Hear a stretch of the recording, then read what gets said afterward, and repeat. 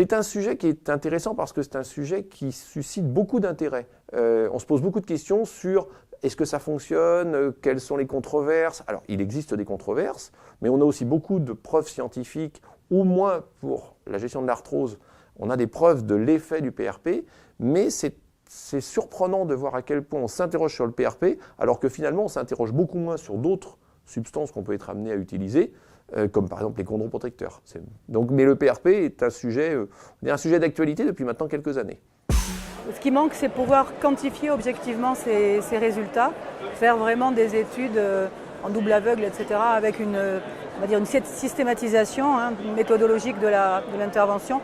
Mais pour le moment, je ne crois pas qu'il y ait de publication sur ce sujet. Disons, le retour spontané que je donnerai, c'est que, incontestablement, c'est un produit qui est intéressant.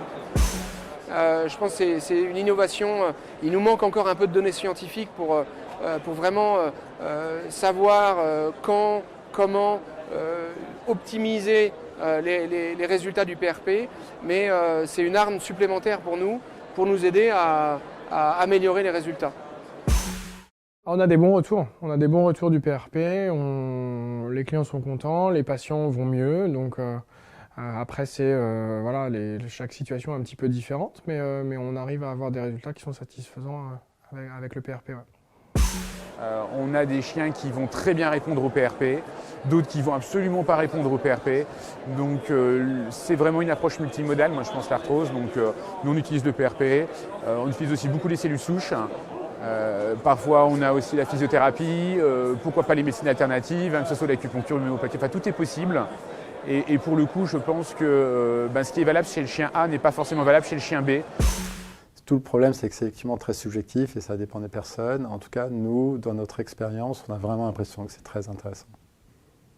Ça apporte un vrai plus et ça offre des solutions de traitement à un moment donné où des fois on est dans des impasses. Le PRP est à l'heure actuelle un petit peu la nouvelle mouvance de l'amélioration de la fonction, notamment dans la pathologie arthrosique, qui est d'aller plutôt vers de la phase biologique. Et comme on disait tout à l'heure sur l'aspect rééducation, on a pendant longtemps pensé que c'était le geste chirurgical le plus important. Et maintenant, on prend quand même en compte que l'articulation, c'est un organe à proprement parler. Et que du coup, là, on n'est pas que sur l'aspect mécanique, on n'est pas que sur l'aspect purement d'instabilité, d'incongruence, de déformation osseuse ou autre.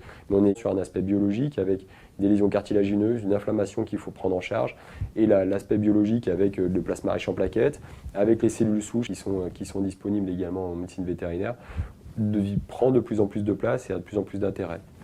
La grosse difficulté qu'on a, c'est pour l'instant encore d'évaluer chez l'animal la récupération et l'intérêt complet de ces nouvelles techniques de soins.